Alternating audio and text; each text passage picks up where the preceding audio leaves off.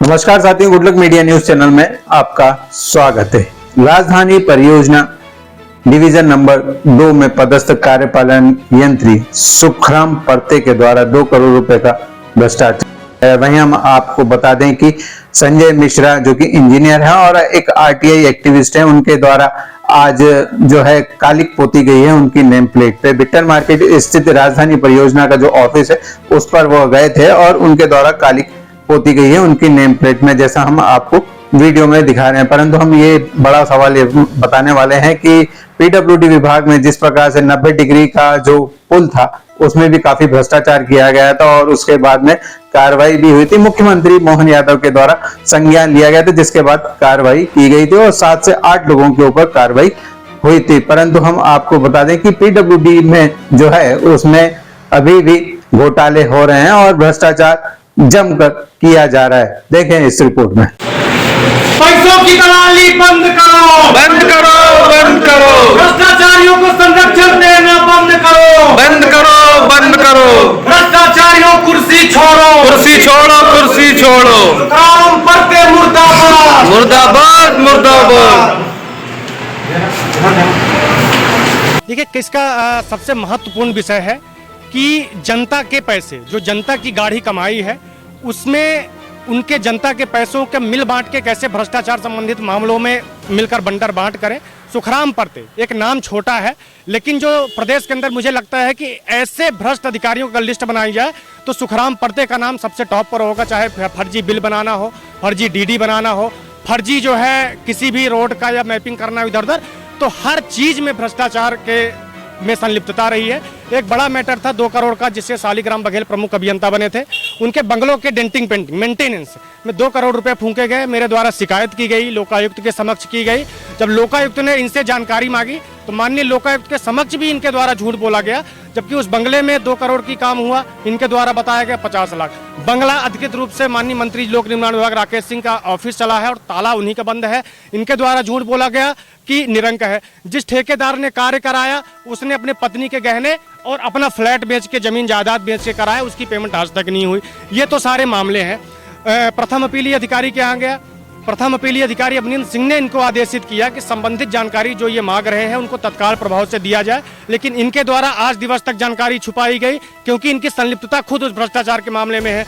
उप प्रशासक राजधानी परियोजना पीडब्ल्यूडी संजय मस्के द्वारा इनको आदेशित किया गया कि ये संबंधित समस्त जानकारी विगत आने वाले कुछ दिवस उनको दिलाई जाए, लेकिन वो भी एक इतना निकम्मा निरर्थक अधिकारी जो अपने वरिष्ठ अधिकारियों के आदेशों का उल्लंघन करता हो।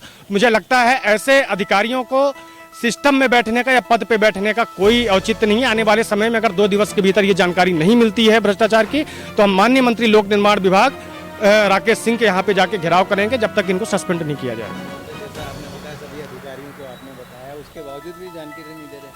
तो सबसे बड़ा सवाल तो यही खड़ा होता है ना कि अगर भ्रष्टाचार हुआ ही नहीं है, आप अपने 2 वरिष्ठ अधिकारी उप प्रशासक तक के आदेश को जो है उल्लंघन कर रहे हैं, तो यही एक सबसे बड़ा सबूत है कि कहीं न कहीं आप भी उस भ्रष्टाचार में आपकी संलिप्तता रही है, चाहे फर्जी बिलिंग हो या कई क्राइटेरिया हैं, इसीलिए आप ये समस्त जानकारी छुपाना चाह रहे हैं। ये तो डिवीजन 2 की बात है, आपने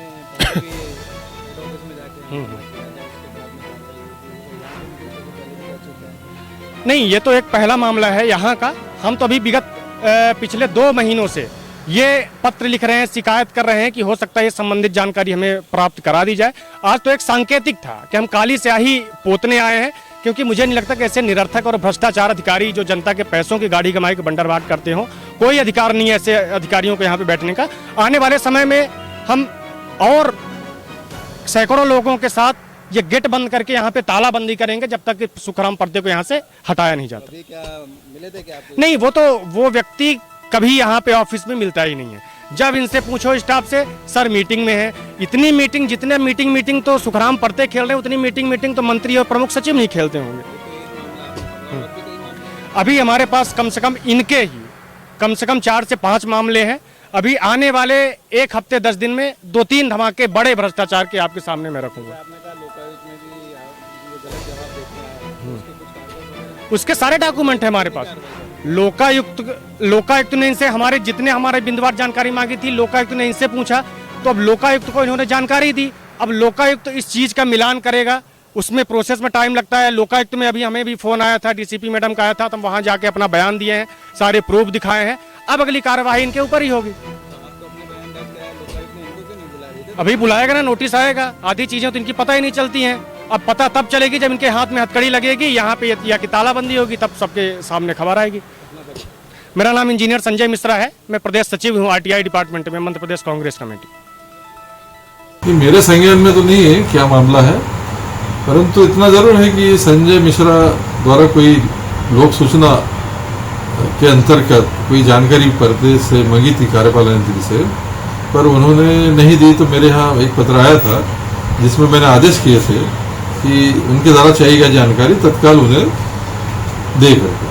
सर, वो संजय मिश्रा बता रहे थे कि लोकायुक्त में भी प्रकरण दर्ज कराया, तो वहाँ पे भी कुछ जानकारी गई। आपने कई बार बोला है देने के लिए, लेकिन उसके बावजूद कहीं ना कुछ ऐसी जानकारी तो नहीं देना। यदि कोई ऐसा गंभीर मामला हो, उसकी शिकायत के लिए जांच कमेटी बनाकर उसी शिकायत की जांच करके उसकी कार्रवाई करो। ठीक।